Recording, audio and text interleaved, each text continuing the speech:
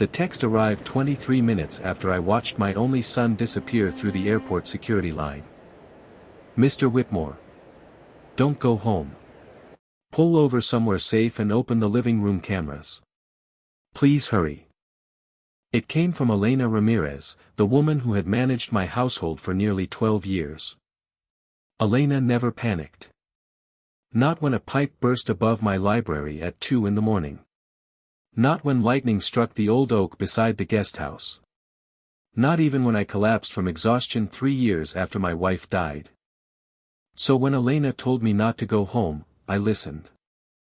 I guided my Lincoln onto the shoulder of Interstate 64 outside Richmond, Virginia, switched on the hazard lights, and opened the security app on my phone. For several seconds, the screen remained black. Then my living room appeared. And I stopped breathing. My son, Ethan Whitmore, walked through my front door carrying the same black suitcase I had unloaded for him at the airport less than half an hour earlier. His wife, Vanessa, followed him. They were supposed to be flying to Rome. Instead, they were standing inside my house. My name is Harrison Whitmore. I'm 72 years old, and I spent 46 years designing buildings meant to survive disasters. Hurricanes. Earthquakes. Fires. I knew how to find a weakness hidden behind concrete. What I didn't know was that the most dangerous structural failure of my life had been sleeping under my own roof. On the camera, Ethan locked the front door. Vanessa ripped off the cream-colored scarf she had worn to the airport and threw it across my sofa. Oh my God, she snapped. I thought he'd never leave. My fingers tightened around the phone. At the airport, that same woman had kissed my cheek. Enjoy the quiet, Dad, she told me sweetly. You deserve some rest. Now there was nothing sweet in her voice. Ethan checked his phone. He's still moving away from the house. Vanessa looked over sharply. You're sure? I put the tracker in his car myself. That sentence hurt more than I expected. My own son had planted a tracker in my vehicle. Vanessa walked directly toward my liquor cabinet. It was locked. She opened it anyway. Not with force. With a key. I stared at the screen. There were only 3 copies of that key. One belonged to me. One had belonged to my late wife, Margaret. And the third had disappeared from my desk almost 6 months earlier. Vanessa removed a bottle of bourbon I had been saving since Margaret and I celebrated our 40th anniversary. She poured herself half a glass. Then she raised it toward Margaret's portrait above the fireplace. To finally getting out from under your shadow. My stomach turned. Ethan said quietly, Vanessa, leave Mom out of this.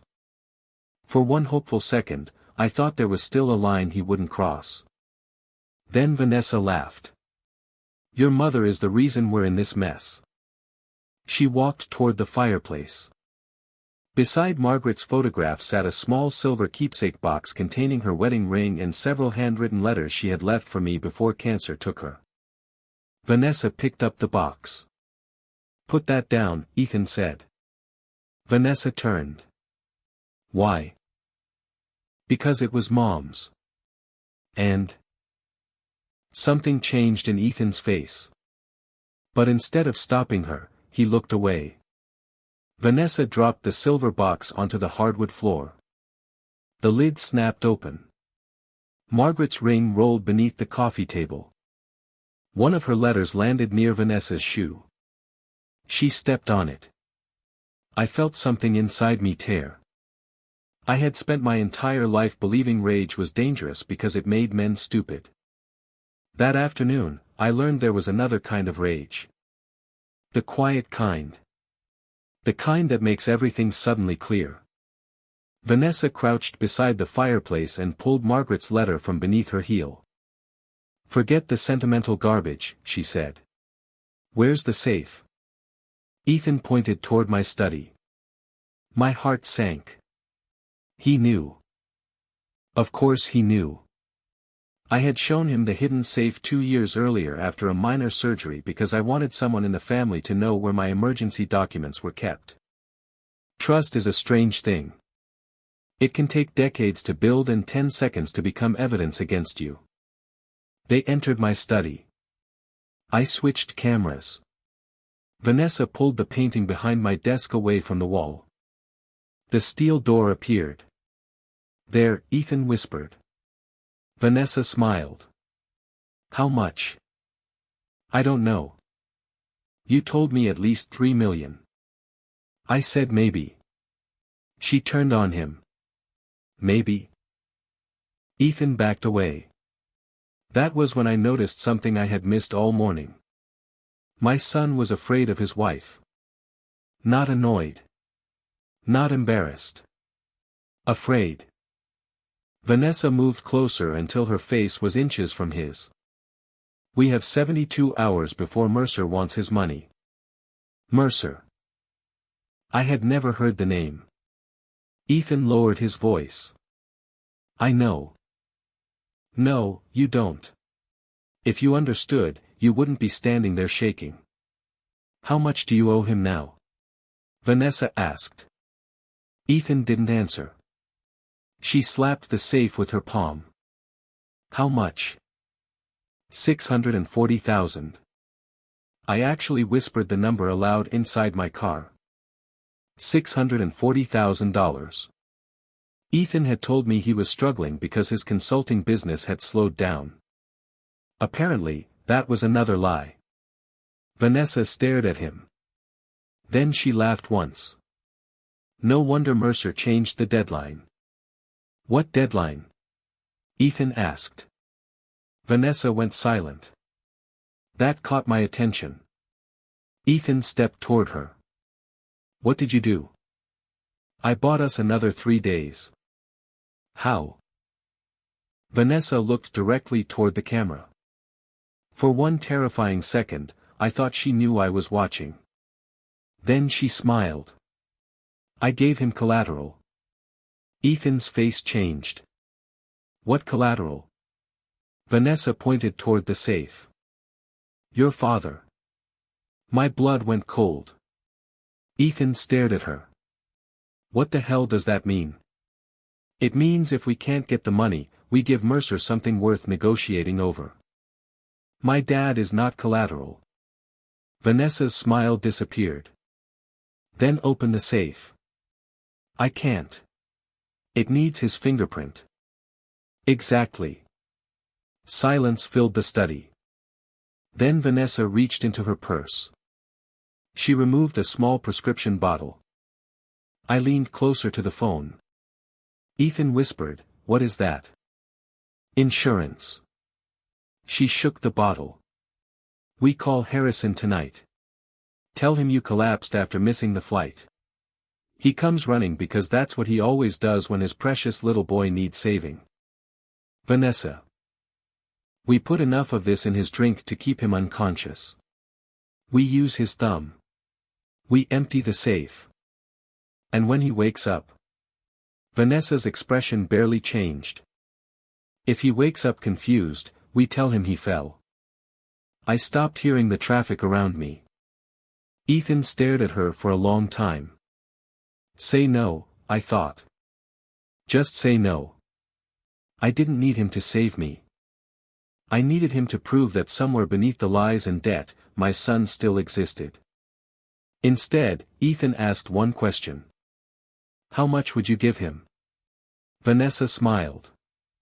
And that was the moment my heart stopped defending my son. I lowered the phone.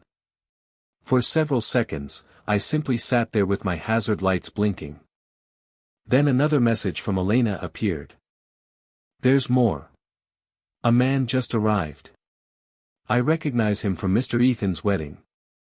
I switched to the driveway camera. A black Mercedes had stopped outside my house. A tall man in a charcoal suit stepped out carrying a leather briefcase. I knew him. Silas Mercer. Not because I had met him at Ethan's wedding. Because I had seen his photograph 2 months earlier in a confidential fraud report sent to my engineering firm. Mercer wasn't merely a lender. He was under federal investigation for moving dirty money through construction companies. And suddenly Ethan's mysterious, consulting business, made horrifying sense. I reached for my contacts. My thumb hovered over one name. Nathaniel Prescott. My attorney. My oldest friend. And one of only 2 people alive who knew what Margaret had secretly done to the Whitmore estate before she died. I called him. He answered on the second ring. Harrison. Nathaniel, I need you to activate Margaret's safeguard. There was silence. Then his voice changed. What happened? I looked back at the camera. Mercer had entered my house. Vanessa was smiling. Ethan looked like a man already standing at his own funeral. Harrison, Nathaniel said carefully, if I activate that clause, Ethan could lose everything Margaret left him. I know. And once it starts, you can't quietly undo it. On my screen, Mercer opened his briefcase. Inside were documents. Vanessa pointed toward the safe. Then Mercer said something that made every hair on my arms rise. The safe isn't what I came for. Ethan frowned. Then what do you want? Mercer smiled. The old man doesn't know it yet, but he already signed away something far more valuable. I stared at the screen. I had no idea what he meant. But Nathaniel did. Because when I repeated Mercer's words, my attorney went completely silent. Nathaniel. Harrison, he finally whispered. Do not go back to that house. Why? Another pause. Then he said the one thing I never expected. Because if Mercer has the document I think he has, this didn't start with Ethan. It started with Margaret. I didn't answer Nathaniel for several seconds. Cars rushed past me on Interstate 64, shaking the Lincoln every few seconds, but all I could hear was his last sentence. It started with Margaret. My wife had been dead for 8 years. Whatever Silas Mercer wanted from my family, I couldn't understand how it could possibly lead back to her. What are you talking about? Nathaniel exhaled slowly. Not over the phone. You just told me my dead wife may be connected to a man under federal investigation. I said the document may be connected to something Margaret did. That's different. Then explain the difference. I will. But first, get somewhere secure. I looked at the security feed again. Mercer was sitting behind my desk like he owned the house. Vanessa stood beside him. Ethan paced near the window. My first instinct was to drive straight home. That instinct lasted about 3 seconds. Then I remembered the prescription bottle. The safe. My son asking how much of the drug Vanessa planned to give me. I started the car. Nathaniel told me to meet him at his office in downtown Richmond. Before I pulled back onto the highway, I sent Elena one instruction. Stay away from them. Don't confront anyone. Save every camera recording to the backup server. Her response came almost immediately. Already doing it. And Mr. Whitmore, there's something else. Mrs. Vanessa searched your bedroom this morning before you left for the airport. I stared at that message. That morning, Vanessa had hugged me over breakfast. She'd made coffee. She'd even reminded me to take my blood pressure medication. Now I wondered whether kindness had ever been kindness at all. The warning signs hadn't begun that morning. I simply hadn't wanted to see them. Ethan had always been different from me. As a boy, he hated confrontation. If another child stole his toy, Ethan would usually let him keep it rather than start a fight. Margaret used to worry about that. You keep rescuing him, she once told me when Ethan was 17. He's our son. That doesn't mean we should remove every consequence before he feels it. I had laughed. Margaret hadn't. Years later, I understood why. When Ethan dropped out of his first graduate program, I paid his debts. When his first business failed, I covered the loans. When his second business needed temporary capital, I wrote another check. Every rescue came with a promise. This time would be different. Then Vanessa entered his life. She was polished, charming, and frighteningly observant. At their first dinner with me, she knew the architect who had designed our house, the year my company won its largest federal contract, and even Margaret's favorite charity. I had been impressed. Margaret would have been suspicious. Vanessa never asked directly about my wealth. That was what made her good. Instead, she asked about structure. Was the Whitmore house held personally or through a trust? Did Ethan have voting rights in Whitmore Engineering? Had Margaret's family retained any ownership? Each question sounded casual. Together, they formed a map. I realized that only now. Nathaniel was waiting when I arrived. His law firm occupied the upper floors of an old bank building. He locked the conference room door behind me and placed a thick blue folder on the table. On the cover were 2 handwritten words. Margaret Whitmore. My throat tightened. What is this? Something she asked me to keep sealed unless specific conditions occurred. What conditions? Nathaniel sat across from me. Evidence that Ethan was being financially manipulated. Evidence someone was attempting to gain control of Whitmore family assets. Or evidence that you were being pressured into changing the estate. I almost laughed. Not because it was funny. Because it sounded impossible. She predicted this? She feared the possibility. Why didn't she tell me? She tried. I looked at him. Nathaniel opened the folder. Inside was a letter in Margaret's handwriting. I recognized it instantly. Nathaniel slid it toward me. I didn't touch it. What did she know? 6 months before she died, Margaret hired a forensic accountant. That shocked me more than Mercer's arrival.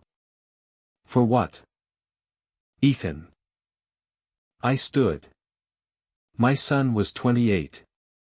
And already hiding debt. Nathaniel opened another document. Credit lines. Private loans. Transfers. Some dated back more than a decade. Margaret had discovered that Ethan was borrowing against the expectation of his inheritance. Not the inheritance itself. The expectation.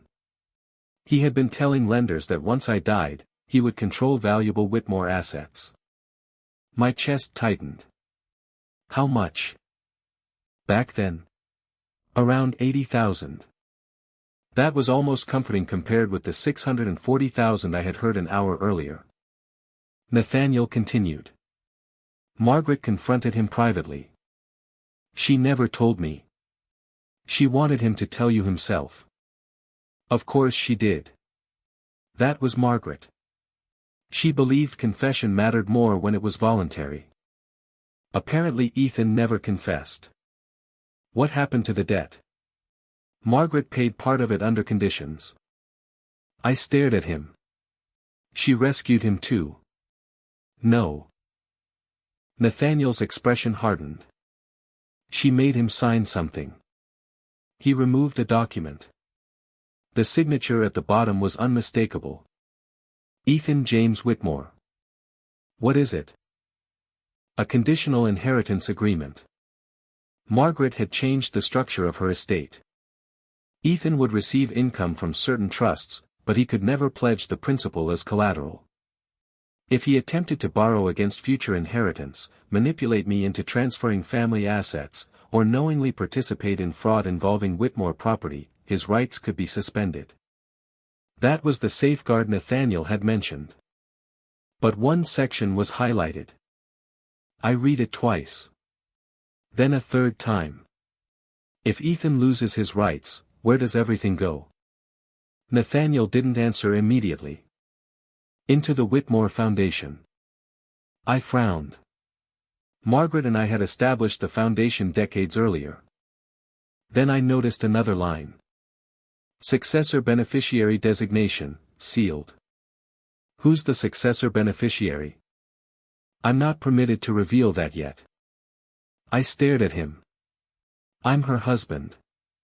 And I'm bound by the document.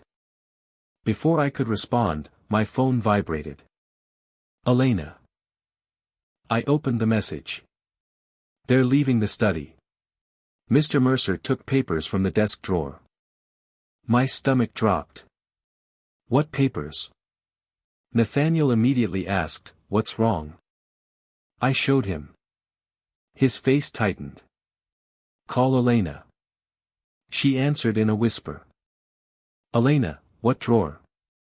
The bottom right drawer of your desk. I closed my eyes. That drawer contained old company documents I rarely touched. Did you see what he took? No, sir. But I saw an envelope. What color? Red. Nathaniel stood so fast his chair rolled backward. Ask her if it had a black wax seal. I did. Elena went quiet. Yes. Nathaniel swore under his breath. I had known him for 40 years. I could count on one hand the number of times I had heard him swear. What was in that envelope? He walked toward the window. Harrison, after Margaret discovered Ethan's debts, she started examining more than your son. What does that mean? She suspected someone had been accessing confidential Whitmore records. Who? She never proved it. Who? Nathaniel turned. Someone inside your company. That stopped me. Whitmore Engineering wasn't simply my business. It was my life's work. Hundreds of employees depended on it. Government contracts. Hospitals. Bridges. Public infrastructure. If Mercer had obtained confidential company material, this was no longer a family problem. Then Elena spoke again through the phone. Sir. Yes. There's something I didn't tell you. Her voice sounded frightened. Mrs. Margaret gave me something before she died. I looked at Nathaniel. What? A key. To what? She made me promise never to give it to Mr. Ethan. My pulse accelerated. Elena, where is it? Still with me. What does it open? I don't know. Then she added something that made Nathaniel go pale. There's a number engraved on it. What number? 317. Nathaniel whispered, Oh God. You recognize it? He didn't answer. I stepped toward him. Nathaniel. Finally, he looked at me. 317 was Margaret's private deposit box at Commonwealth Heritage Bank. I felt the room tilt. I never knew she had one. She made sure you didn't. That hurt. But what came next hurt more. Nathaniel opened Margaret's sealed letter. A photograph slipped from between the pages and landed face up on the table. It showed Margaret standing outside a restaurant. Beside her was a much younger Silas Mercer. The photograph was dated 11 years earlier. My wife had known him. On the back, in Margaret's handwriting, were 6 words. If anything happens, don't trust Ethan. I stared at those words until they blurred. Then my phone rang. Ethan. Nathaniel shook his head. I answered anyway. Dad? His voice trembled. Where are you? Why? Something happened. Behind him, I could hear Vanessa crying. Or pretending to. Ethan swallowed. Dad, I need you to come home. I looked at Margaret's warning. Then at Mercer's photograph. What happened? Ethan lowered his voice. The safe is open. My blood went cold. That's impossible. I know. What's missing? Silence. Then Ethan said. Nothing. I frowned. Then what's the problem? Dad. His breathing became uneven. There was something inside the safe that wasn't yours. I looked at Nathaniel. What? A second envelope. What was in it? Ethan whispered the answer. A death certificate. I stopped breathing. Whose? Another silence. Then my son said a name I had not heard in more than 30 years. And suddenly Nathaniel wouldn't look me in the eye. The name Ethan spoke was Caleb Voss. For a moment, I forgot how to breathe. Nathaniel saw the recognition on my face and slowly sat down. Dad? Ethan said through the phone. Who is Caleb Voss? I didn't answer. 31 years earlier, Caleb had been a structural engineer at Whitmore Engineering. Brilliant, ambitious, reckless. He had worked beside me during the most dangerous period of my career, when my company was still small enough that one failed project could destroy everything. Then one night, Caleb disappeared. 3 days later, his car was found near the James River. No body was recovered. Police eventually concluded he had driven into the river after drinking. I had attended his memorial. Margaret had stood beside me. And now my son was telling me there was a death certificate bearing Caleb Voss's name inside my private safe. Read it, I said. Ethan hesitated. Dad, Vanessa says. I don't care what Vanessa says. Read the certificate. Paper rustled. Caleb Andrew Voss. Date of death. October 17, 1995. That matched the night he vanished. Cause of death. Another pause. Blunt force trauma. My eyes went to Nathaniel. His face had lost all color. That was not what the police report had said. Where was the death recorded? Hanover County. Impossible. Caleb's disappearance had been investigated in Richmond. Before I could ask another question, Vanessa's voice appeared in the background. Give me the phone. No. Ethan. I said no. It was the first time I had heard my son stand up to her. Then another voice entered the room. Silas Mercer. Ask your father if he remembers Blackwood Quarry. Every muscle in my body tightened. I remembered it. Everyone at Whitmore Engineering did. In 1995, we had been hired to inspect an abandoned quarry outside Ashland for a development project. Caleb had supervised the preliminary survey. 2 days before he vanished, he told me the project was unsafe. Then he changed his mind. At least, that was what I had believed. Mercer came closer to Ethan's phone. Harrison, he said. I said nothing. You've spent 30 years pretending you built an empire with clean hands. I don't know what game you're playing. Oh, I think you do. Nathaniel reached for the phone.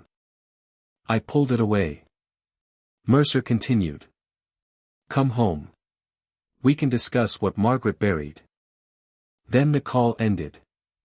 For several seconds, neither Nathaniel nor I spoke. Finally, I asked, what happened at Blackwood Quarry? You know what happened. I know what I was told. That distinction mattered now. Nathaniel walked to the conference room door and locked it again, though it was already locked. Then he said, Margaret went there.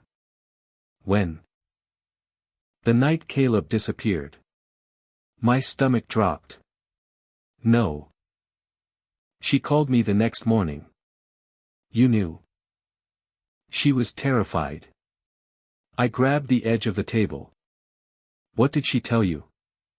That she had followed Caleb. Why? Because Caleb had been threatening you. That part one remembered. In the weeks before his disappearance, Caleb had become increasingly hostile. He claimed Whitmore Engineering had falsified inspection records. I thought he wanted money. Margaret apparently thought something worse. She believed Caleb was blackmailing someone, Nathaniel said. Me? No.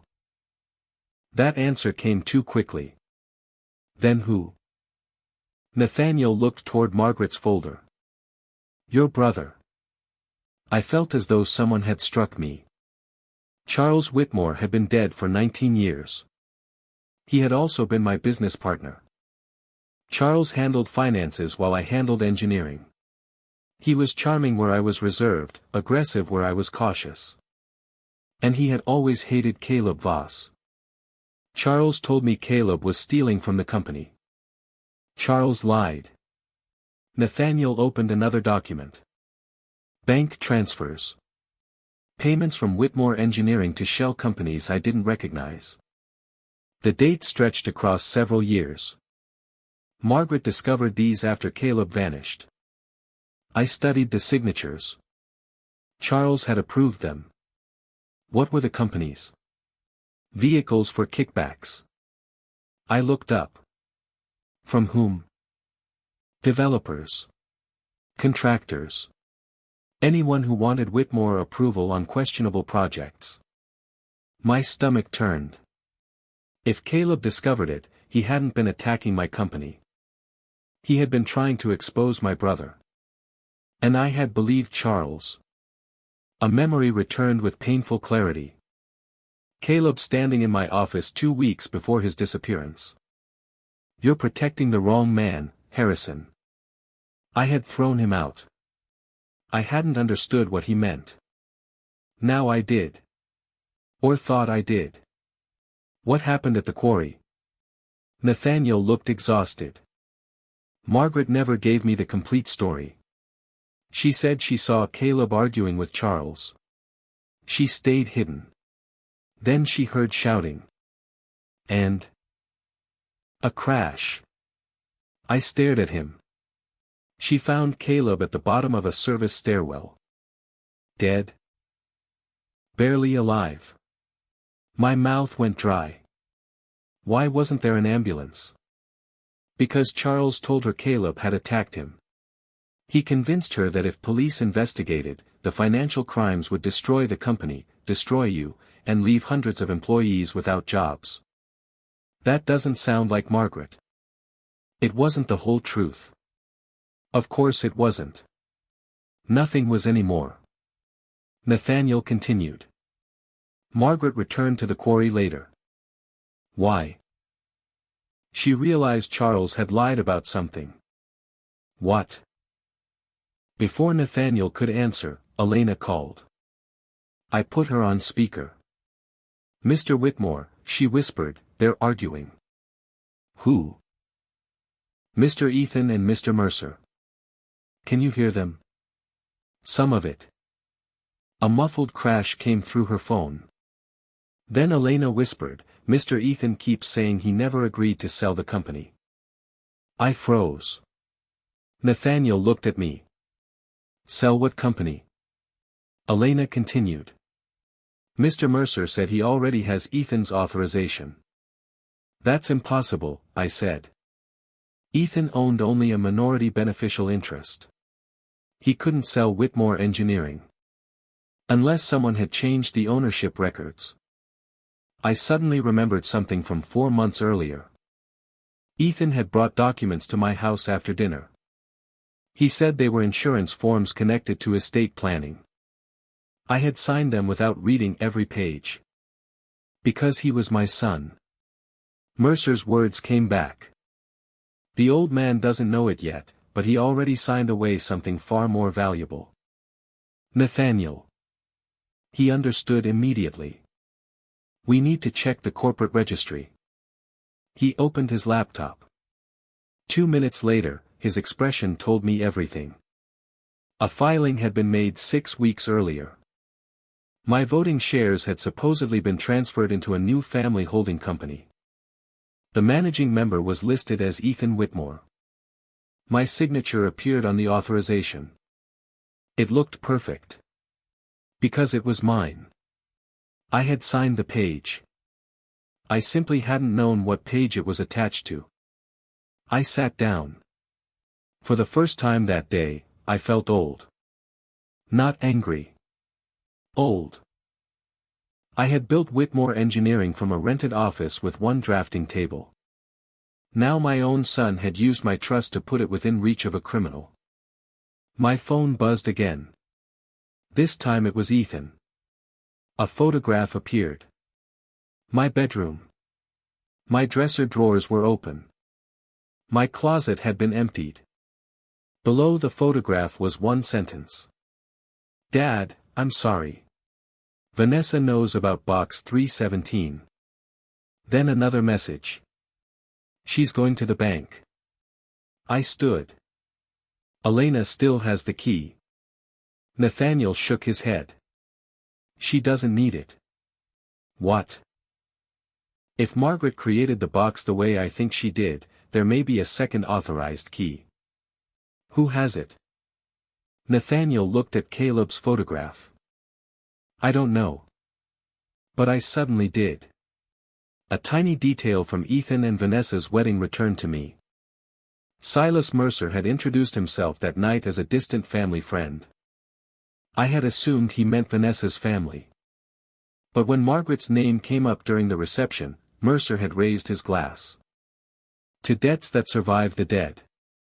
At the time, I thought it was an awkward joke. Now I remembered something else. Around his neck, partially hidden beneath his shirt, Mercer had worn a narrow brass key. Nathaniel called the bank. I watched his face as he spoke to the manager.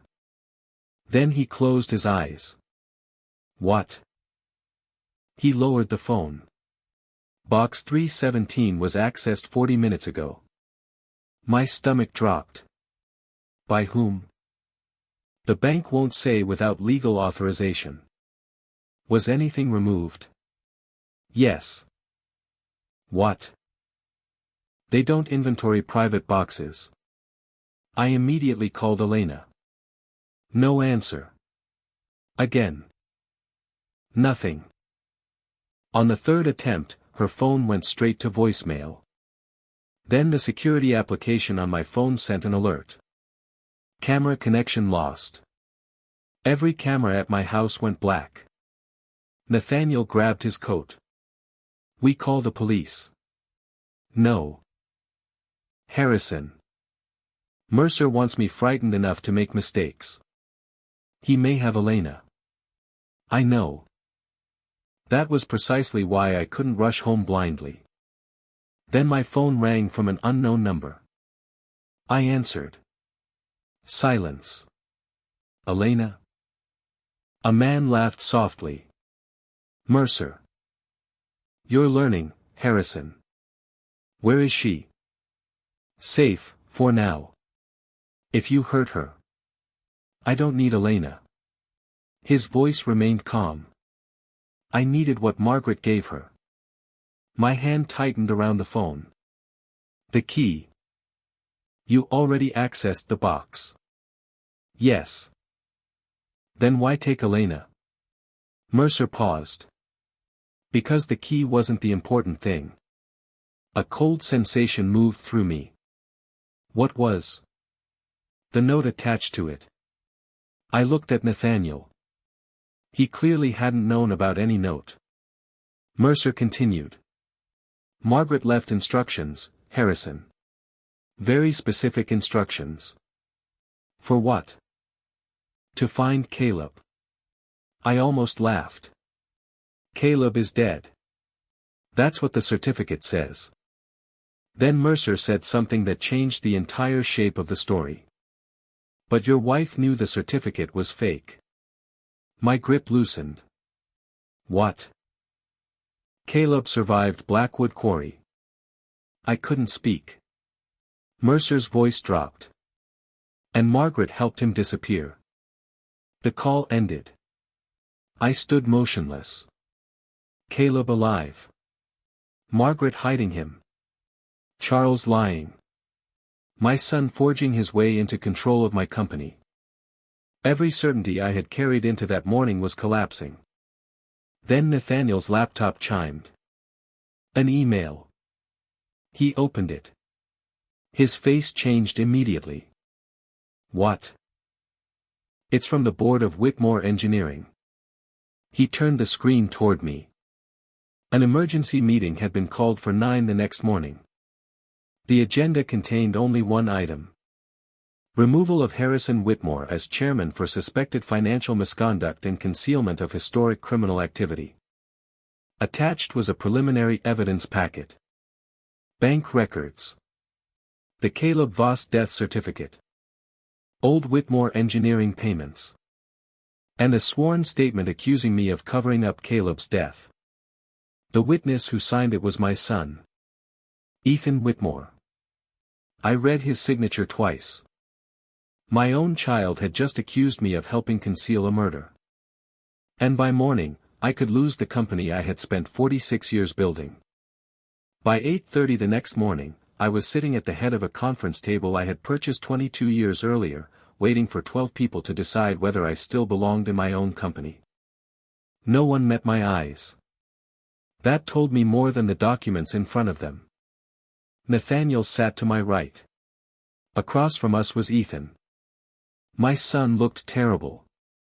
His shirt was wrinkled, his eyes bloodshot, and his hands kept disappearing beneath the table. Vanessa sat beside him in a navy suit, perfectly composed. Silas Mercer wasn't there. He didn't need to be. He had already arranged the battlefield. Robert Sterling, the board's lead independent director, cleared his throat. Harrison, these allegations require immediate action. Then ask me about them. Vanessa leaned forward. This isn't a trial. I looked at her. No. In a trial, evidence has to be real. Her expression tightened. Robert opened the packet. The accusations were devastating because they were built around pieces of truth. Charles had approved illegal payments. Caleb had disappeared. Margaret had hidden evidence. And my signature had appeared on documents transferring control of my shares. Someone had taken 30 years of secrets and arranged them so that I looked like the man responsible for all of them. Then Ethan spoke. Dad, please don't make this harder. I looked at him. He still couldn't hold my gaze. You signed a statement accusing me of covering up a death. I signed what my attorneys advised me to sign. Mercer isn't your attorney. Vanessa answered for him. Silas is helping us protect the company. I almost smiled. From me? From scandal. That was when I understood Vanessa's strategy. She didn't need the board to believe I was a murderer. She only needed them to believe keeping me was dangerous. Government contracts depended on trust. Banks hated uncertainty. Clients feared investigations. Reputation could destroy a company long before a court reached a verdict. Robert folded his hands. The board proposes temporary removal pending an independent investigation. How temporary? No one answered. I looked around the room. Some of these people had attended Margaret's funeral. Some had spent Christmas in my home. One had once called me from an emergency room because his daughter needed a specialist, and I had arranged one within an hour. Now they were studying the table. Fear is more loyal than gratitude. The vote took 4 minutes. 9 in favor. 2 opposed. 1 abstention.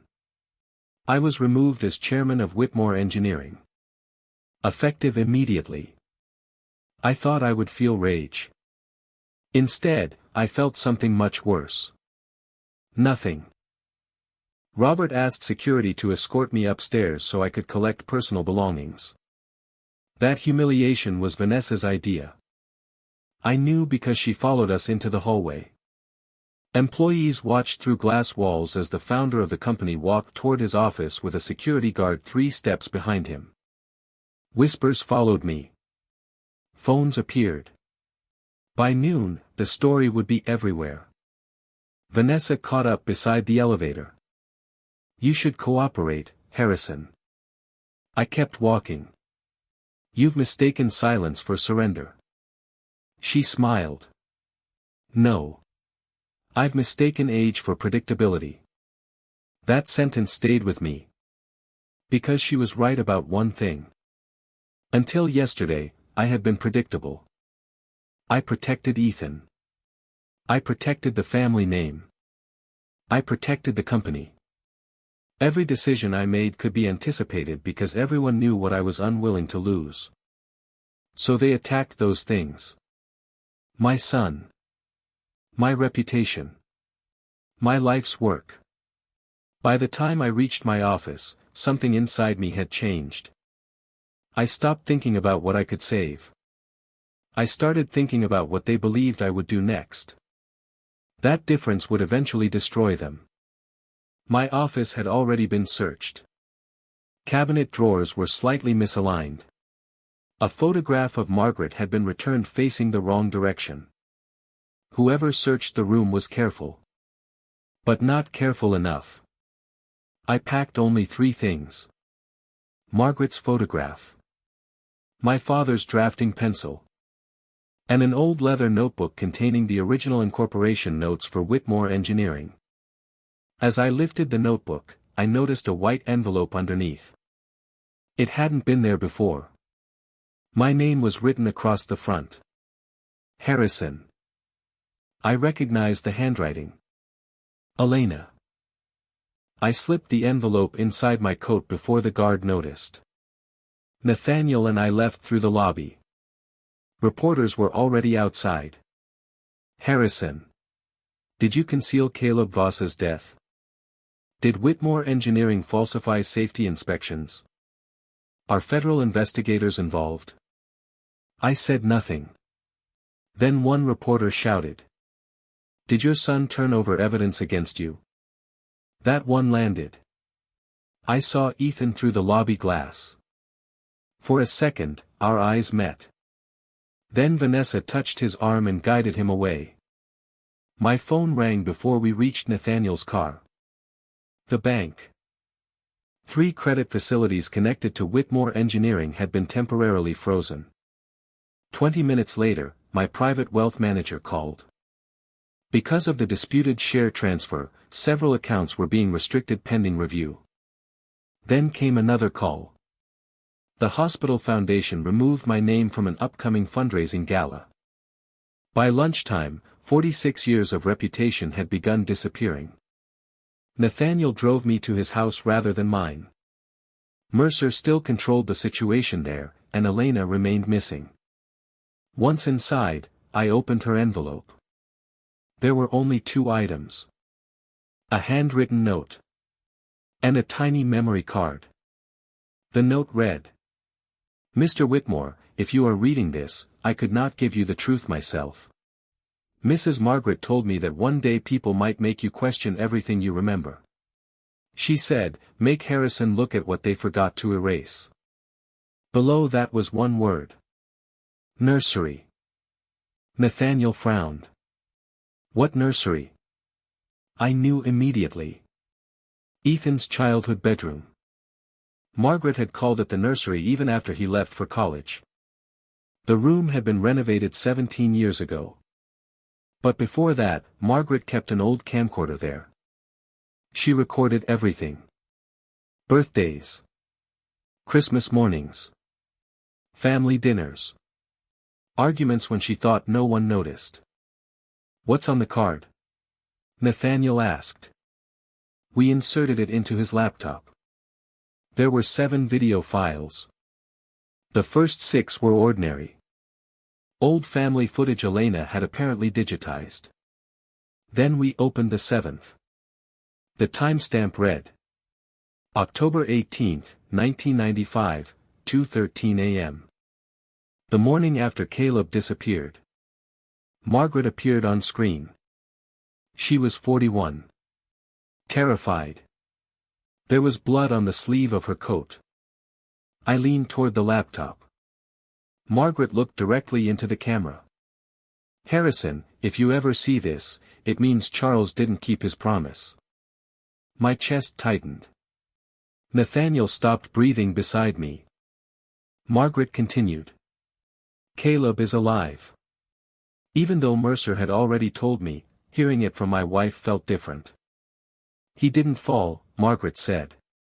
Charles pushed him. I closed my eyes. There it was. The truth I should have known 31 years earlier. But Margaret wasn't finished. Caleb discovered Charles was selling Whitmore inspection approvals. He had records. Names. Payments. Charles tried to take them. She wiped tears from her face. I got Caleb out. Nathaniel helped me find a doctor who wouldn't ask questions. I turned toward him. You knew he survived. Nathaniel looked ashamed. Yes. You lied to me yesterday. I promised Margaret. My anger rose. Then Margaret said something that silenced me. Harrison cannot know yet. I looked back at the screen. Why? I whispered. As though she could hear me, Margaret answered. Because Charles has someone inside Harrison's office. Nathaniel and I exchanged a look. Margaret held up a folder. I don't know who. Caleb doesn't either. But someone has been copying Harrison's signature. My skin went cold. 31 years ago. Someone had been forging my signature 31 years ago. This wasn't Vanessa's invention. She had inherited someone else's method. Margaret continued. If they learn Caleb survived, they will finish what Charles started. The recording ended. I stared at the black screen. Then I noticed something. The video was 6 minutes long. We had watched only 4 minutes and 12 seconds. There's more. Nathaniel clicked forward. Black screen. Static. Then another image appeared. Margaret had apparently forgotten to stop recording. Voices came from somewhere beyond the camera. Charles. And another person. The second voice was younger. Male. Familiar. I couldn't identify it at first. Then he said. If Harrison discovers what we moved through those accounts, we're finished. My blood turned to ice. I knew that voice. Not from 1995. From years later. From board meetings. Family dinners. Christmases. Nathaniel whispered the name before I could. Robert Sterling. The same man who had led the vote removing me that morning. Robert had been a junior financial officer at Whitmore Engineering in 1995. Charles hadn't acted alone. And Robert was now chairman. Suddenly, the emergency board meeting made perfect sense. This wasn't merely Mercer exploiting Ethan's debt. Someone inside my company had been waiting decades for buried evidence to surface. What if Robert is working with Mercer? Nathaniel asked. I shook my head. Then Mercer wouldn't need Ethan. That was the contradiction. Mercer had blackmailed Ethan, manipulated Vanessa, and stolen documents because he was searching for something. Robert already knew the old fraud. So what was Mercer actually after? My phone buzzed. A message from Elena's number. A photograph loaded. Elena was sitting in a chair. Alive. Behind her was a concrete wall. Below the image. Bring Margaret's original recording to Blackwood Quarry. Midnight. Come alone. Nathaniel immediately said, absolutely not. I barely heard him. Because I had zoomed in on the photograph. Behind Elena, carved faintly into the concrete, were 3 letters. CAV. Caleb Andrew Voss. I stared at them. Then another detail caught my attention. Elena's left hand rested on her knee.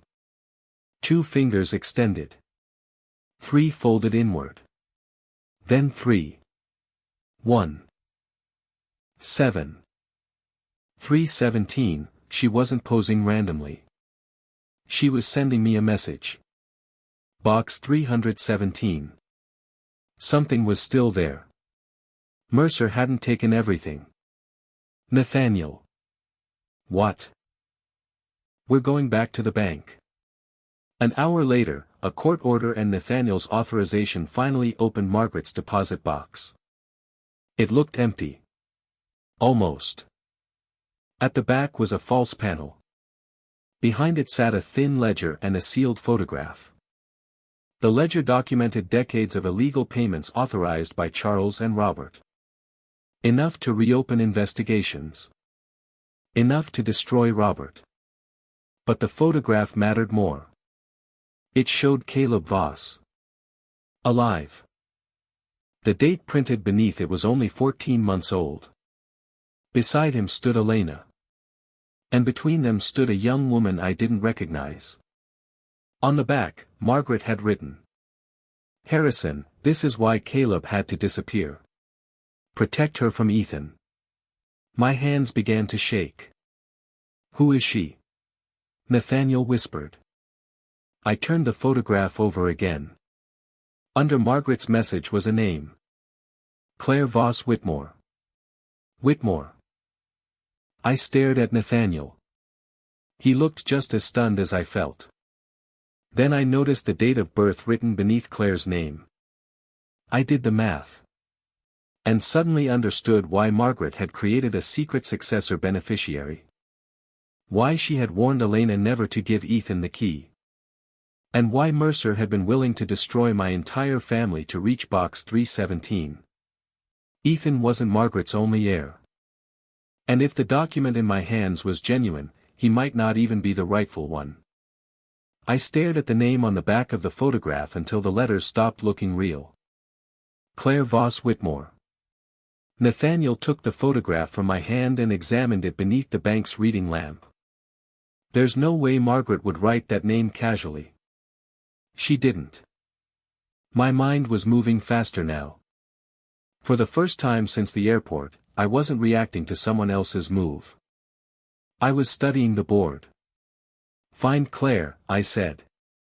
Harrison, Mercer has Elena. And if we rush into Blackwood Quarry with the only evidence he wants, he'll have Elena and the evidence. Nathaniel watched me carefully. What are you suggesting? I'm suggesting we stop behaving like victims. I photographed every page of Charles and Robert's ledger. Nathaniel uploaded encrypted copies to 3 separate locations and sent one to a former federal prosecutor he trusted, with instructions to open it if neither of us contacted him by morning. The original went into a bank evidence pouch. I took the pouch. But I replaced the ledger inside with blank paper. Mercer wanted me at Blackwood Quarry at midnight. I intended to go. Just not alone. Our next problem was Claire. Nathaniel searched Margaret's sealed records while I studied the photograph. Claire looked about 30. Dark hair. Gray eyes. Something about her face bothered me. Then I realized why. She had Margaret's eyes. Nathaniel. He looked over. Claire isn't Caleb's daughter. His hands stopped moving. What? Look at her. He did. Then his expression changed. No. Find her birth certificate. 20 minutes later, Nathaniel found a sealed genealogical record Margaret had commissioned years earlier. Claire had been born in 1996. Her mother was listed as Rebecca Voss, Caleb's younger sister. Father unknown. But attached to the record was a private DNA analysis. Nathaniel read it first. Then handed it to me. Claire was biologically related to the Whitmore family. Not through me. Through Charles. My brother had fathered a daughter with Rebecca Voss. Claire was my niece. And suddenly the old story became uglier. Caleb hadn't only discovered Charles's financial crimes.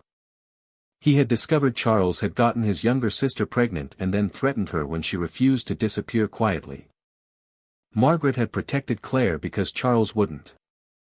After Charles died, Margaret quietly amended the trust.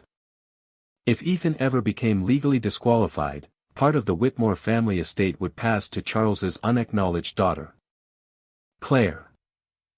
That explained Margaret's warning. Protect her from Ethan. Not because Ethan knew Claire. Because if he learned she existed, he would know exactly what her existence could cost him. Nathaniel found a phone number in an old file. He called. A woman answered. Nathaniel introduced himself. Silence followed. Then she said, "Is Harrison there?" I took the phone. Yes. Another silence. I've been waiting 11 years for this call. We arranged to meet at a small private residence outside Charlottesville. Claire opened the door before we knocked. Seeing her in person was worse. She had Charles's mouth, Margaret's calmness, and Caleb's suspicious stare. Inside, an older man was sitting near the window. I knew him immediately. Caleb Voss. Alive. 31 years vanished from my mind. For a moment, I saw the engineer who had stood in my office warning me that I was protecting the wrong man. Then I saw what time had done to him. A scar ran from his temple into his hairline. He walked with a cane. You look terrible, Harrison. I almost laughed. So do you. It was the closest thing either of us could manage to a greeting. Then Caleb's expression hardened. You should have listened to me. I know. Those two words were difficult. But necessary. I know. Caleb studied me, perhaps expecting excuses. I gave him none. Finally, he nodded. Then sit down. What he told me filled the missing spaces. Charles and Robert had built a bribery system inside Whitmore Engineering. Caleb discovered it accidentally. Margaret believed him. Charles attacked him at Blackwood Quarry. But the fall didn't kill him. Margaret and Nathaniel arranged emergency treatment under another name. Caleb wanted to go to the police immediately. Then Rebecca called. Charles had threatened to take her unborn child. So Caleb disappeared to protect his sister and niece while Margaret quietly gathered evidence. Why wait 31 years? I asked. Caleb looked toward Claire. Because Robert didn't stop when Charles died. Robert had continued hiding money through contractors. He became respectable, powerful, untouchable.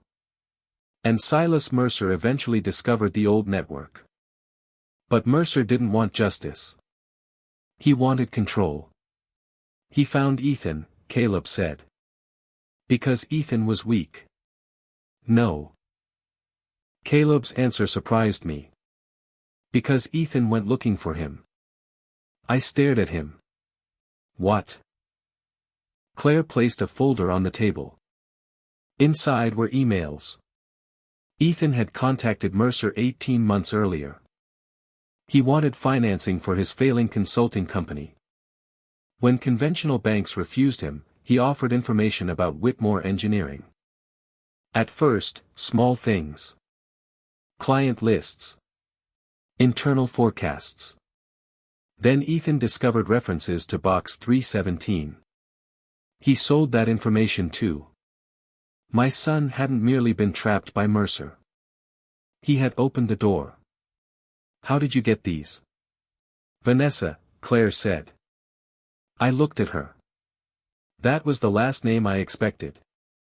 Claire explained. Vanessa had contacted her 3 weeks earlier.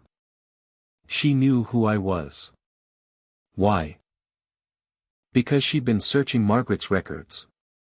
Vanessa had discovered enough to realize Mercer wasn't planning to rescue her and Ethan. Once Mercer gained control of Whitmore Engineering, Ethan would become useless. And useless people who knew too much frightened Vanessa. So she wants protection, I said. Claire nodded. She wants money too. Of course she did. That made the offer believable. What does she have? Caleb answered. Mercer's recordings. Apparently Vanessa had secretly recorded several meetings. Including one with Robert Sterling. There it was. The connection we needed. Mercer and Robert weren't partners. They were negotiating against each other. Robert wanted the old evidence destroyed.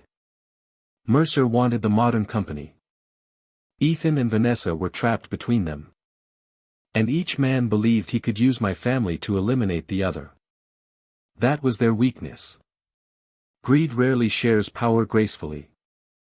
I looked at Nathaniel. We don't expose them yet. Caleb frowned. Why not? Because then they'll deny everything and blame Ethan. Your son deserves blame. Yes. It hurt to say it. But I'm not interested in giving Robert and Mercer a convenient scapegoat. I wanted them talking. Threatening. Contradicting each other. So we gave each man a different lie. Nathaniel anonymously informed Robert that Mercer had obtained the original 1995 ledger. Claire sent Mercer a message through Vanessa claiming Robert had secretly negotiated immunity with federal investigators. Then I called Ethan. He answered immediately. Dad? I know about Claire. Silence. Then. Who? That was important. Ethan genuinely didn't know. Vanessa had kept Claire from him. I know about Mercer. I know about the holding company. And I know you contacted him before he contacted you. Ethan began crying. Not loudly. Just enough that I heard his breathing break. Dad, I can fix this. No. Please. You've been saying that your entire life. Silence. I continued. I'm coming to Blackwood Quarry tonight. Don't. That surprised me. Why? Mercer isn't planning to let you leave. My eyes went to Caleb. How do you know? I heard Vanessa talking to him. Then help me. How? For the first time in his life, I gave Ethan no rescue plan. You figure that out. Then I hung up. At 11:47, I drove toward Blackwood Quarry carrying the false evidence pouch. Nathaniel remained behind coordinating with authorities. Caleb and Claire had their own roles. And Vanessa had received one simple instruction from Claire. Keep Mercer talking. The quarry looked smaller than I remembered. Abandoned equipment stood beneath the moonlight like rusted skeletons. I entered the old processing building. Elena was there. Her hands were tied. Vanessa stood behind her. Mercer waited near a metal table. And beside him was Robert Sterling. Perfect. Our lies had brought both men to the same room. Robert looked at me. You should have stayed retired. I placed the pouch on the table. You should have stayed a bookkeeper. Mercer smiled. Where's the recording? Where's Elena's key? He removed the brass key from his pocket and placed it on the table. Then Robert snapped, forget the damn key. Give me the ledger. Mercer turned toward him. You said the ledger didn't exist. You said Harrison didn't know about Caleb. They were already turning on each other. Good. I looked at Vanessa. She gave the smallest nod. Recording. Mercer opened the pouch. Blank paper. His smile vanished. What is this? Something to keep your hands busy. Robert moved toward me. You have no idea what you're doing. Actually, Robert, for 31 years, I didn't. I looked directly at him. But I do now. Mercer reached inside his coat. Ethan appeared from the darkness behind him. Don't. Everyone turned. My son stood near the entrance. His face was pale. But his hands were steady. Mercer laughed. You finally grew a spine. No. Ethan looked at me. I finally figured out what it cost me not to have one. For 1 second, I saw the little boy Margaret had tried so hard to teach. Then Ethan did something none of us expected. He tossed his phone onto the metal table. The screen showed an active transfer. Thousands of files. Mercer's accounts. Payments. Messages. Everything Ethan had secretly copied during 18 months of working with him. I sent it all, Ethan said. Mercer's face changed. To who? Ethan looked at me. Everyone. Sirens sounded in the distance. Mercer lunged toward Ethan. Robert ran for the rear exit. Neither got far. But while everyone watched the doors, Vanessa disappeared. By the time officers secured the building, she was gone. So was Margaret's brass key. Elena was safe. Robert and Mercer were in custody. Ethan sat on the floor with his hands behind his head, waiting to be questioned. For a moment, it looked like we had one. Then Claire called. Her voice was shaking. Harrison, Vanessa was never trying to escape with Mercer's money. What do you mean? She took something from Ethan before she left. What? Claire sent me a photograph of a document Vanessa had secretly photographed days earlier. It was Margaret's complete successor trust. At the bottom was a clause none of us had seen. If Ethan was convicted of fraud involving Whitmore assets, his entire beneficial interest transferred immediately. Not to Claire. To someone else. A second successor. The name was hidden behind an encrypted appendix. And according to the access log Claire had just found, Vanessa had opened that appendix 3 weeks ago. Before she contacted Claire. Before Mercer entered my house. Before the airport. Vanessa had known the final beneficiary from the beginning. Everything she had done suddenly looked different. The drugs. The safe. The debt. Even pushing Ethan deeper into Mercer's scheme. Maybe Vanessa hadn't been trying to steal Ethan's inheritance. Maybe she had been deliberately making sure he lost it. And somewhere in the darkness beyond Blackwood Quarry, she was carrying the only key that could prove who Margaret had intended to inherit everything. Vanessa disappeared for 9 hours.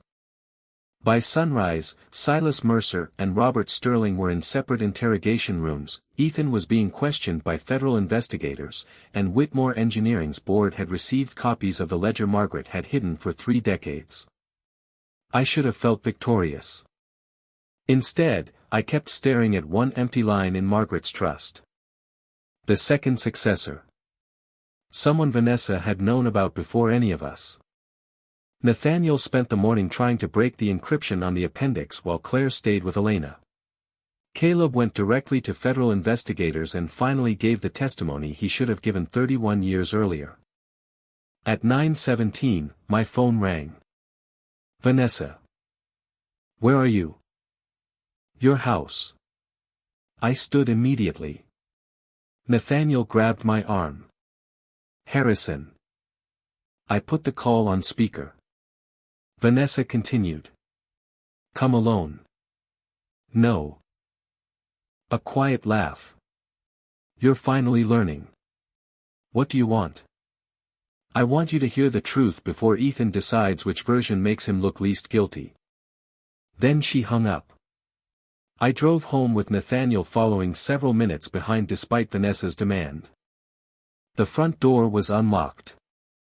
Inside, the living room still carried the remains of everything that had happened. Margaret's silver keepsake box lay open. Her letters were scattered. Her wedding ring was still beneath the coffee table. I bent down and picked it up. Then Vanessa spoke behind me. She hated me. I turned. She stood near the fireplace wearing the same clothes from the quarry. Margaret's brass key hung around her neck. "No," I said. "Margaret didn't know you." Vanessa's expression changed. "Yes, she did." She placed a folder on the table. Inside was a photograph. Vanessa at 19. Margaret beside her. I stared at it. "That's impossible. Your wife found me 11 years ago." The photograph from Ethan's wedding flashed through my mind. Mercer. Margaret. All those overlapping lives I had never seen. Why? Vanessa sat down. Because of my mother. She slid another document toward me. A birth certificate. Vanessa Marie Hale. Mother, Diane Hale. Father, blank. The name Diane meant nothing to me. Until Vanessa said. She worked for Robert Sterling. My stomach tightened.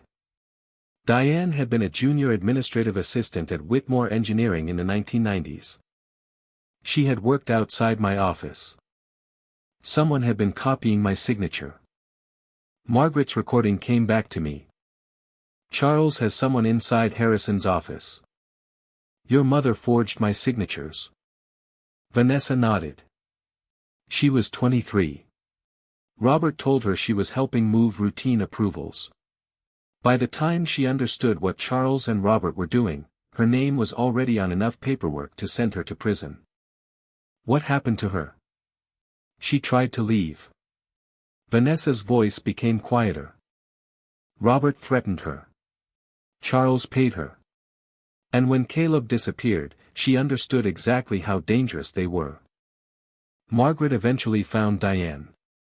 Instead of exposing her, she convinced Diane to provide evidence. That evidence helped build the ledger now sitting with federal investigators. So Margaret protected your mother. For a while. What does that have to do with the trust? Vanessa looked toward Margaret's portrait. My mother died when I was 16. I waited. Before she died, she told me Margaret Whitmore had created something for me. My heartbeat slowed. No. Vanessa removed a folded copy of the encrypted appendix. She called it restitution. I opened it. There was Vanessa's legal name. But not as heir to the Whitmore estate. As beneficiary of a separate compensation trust funded entirely from Margaret's personal assets. I looked up. You're not the second successor. Vanessa smiled sadly. No. That surprised me. Then who is? You already know. I thought of Claire. But Vanessa shook her head. Not Claire. Then I understood. And the answer hurt more than I expected. Ethan. Vanessa nodded. The second successor wasn't a different person. It was a second version of my son's inheritance. Margaret had built a final test into the trust. If Ethan became involved in fraud but voluntarily confessed, surrendered the benefit he had gained, and materially assisted in exposing the wrongdoing before receiving immunity or learning about the clause, a protected portion of his inheritance would survive. Not enough to control Whitmore Engineering. Not enough to make him powerful. But enough to give him a life after accountability. Margaret had predicted Ethan's greatest weakness. And left him one final opportunity to choose differently. My throat tightened. At Blackwood Quarry, Ethan had uploaded Mercer's files before he knew this clause existed. His decision had cost him everything he believed he would inherit. And that was precisely why it counted. What were you trying to do? I asked Vanessa. Her expression hardened again. Survive. You drugged my drink. I planned to. You helped Mercer target me. Yes. You manipulated Ethan. Yes. There was no apology. That, strangely, made her easier to understand. Why push him toward losing the inheritance? Because I thought I was the beneficiary. There it was. Vanessa had found Margaret's compensation trust but misunderstood the cross-reference to the successor appendix. She believed that if Ethan disqualified himself, Margaret's fortune would eventually flow to her. So you married him for the money? Not at first. I watched her. That answer sounded almost worse. I loved Ethan when we met, she said. Then I discovered how much he lied. Yet you stayed. I discovered how much your family was worth too. At least she didn't pretend. Vanessa had started as Ethan's wife. Then she became his accomplice. Then his manipulator. And finally, she tried to engineer his destruction for an inheritance that had never been hers. What about Mercer? I used him because Ethan already owed him. And the prescription bottle? Mostly a bluff. Mostly. She looked away. Enough said. Sirens approached outside. Vanessa glanced toward the window. You brought police. I brought consequences. She laughed softly. That sounds like Margaret. The front door opened.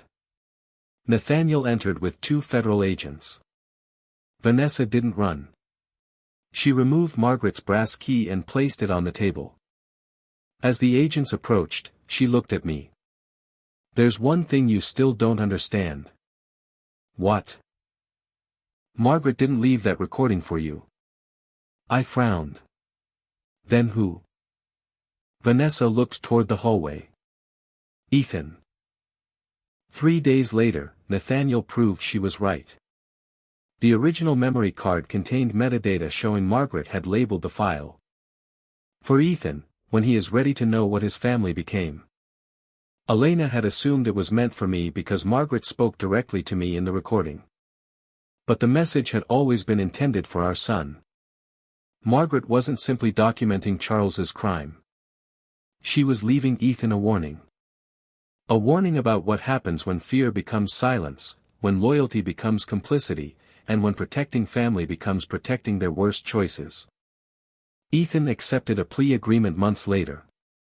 He admitted falsifying documents, transferring confidential company information, and conspiring with Mercer. His cooperation reduced the sentence. It did not erase it. I didn't ask anyone to erase it. That was the hardest thing I ever did as his father. Robert Sterling was charged with financial crimes tied to both the historic bribery network and its modern concealment. Mercer faced charges connected to extortion, fraud, money laundering, and coercion. Vanessa negotiated separately. Her recordings helped prosecutors. So did the evidence she had stolen. But cooperation did not transform her into a hero. She had made choices too. Whitmore Engineering survived. Barely. The board asked me to return as chairman. I refused. Instead, I helped appoint an independent leadership team and transferred most of my remaining voting interest into a protected trust that neither Ethan nor any future family member could personally control. Claire received the inheritance Margaret intended for her. Not because she defeated Ethan. Because Charles had spent his life denying that she belonged to our family. Recognition was the debt we owed her. Caleb finally stopped hiding. And Elena returned to my house only after I promised to replace every lock. A year later, I visited Ethan. Prison had changed him. He looked thinner. Older. For once, he didn't ask me for anything. We sat across from each other in silence. Finally, he said, "Did Mom know I'd become this?" No. Then why did she make the safeguard? Because she knew what I kept doing to you. He frowned. I kept saving you. His eyes lowered. I thought that meant you loved me. So did I. That was perhaps my greatest failure. I had mistaken rescue for love so many times that Ethan eventually mistook consequences for abandonment. Margaret understood what I hadn't. A family can forgive you without protecting you from what you did. Ethan looked at me. Do I still have anything? He wasn't asking about money. I knew that immediately. Yes. What?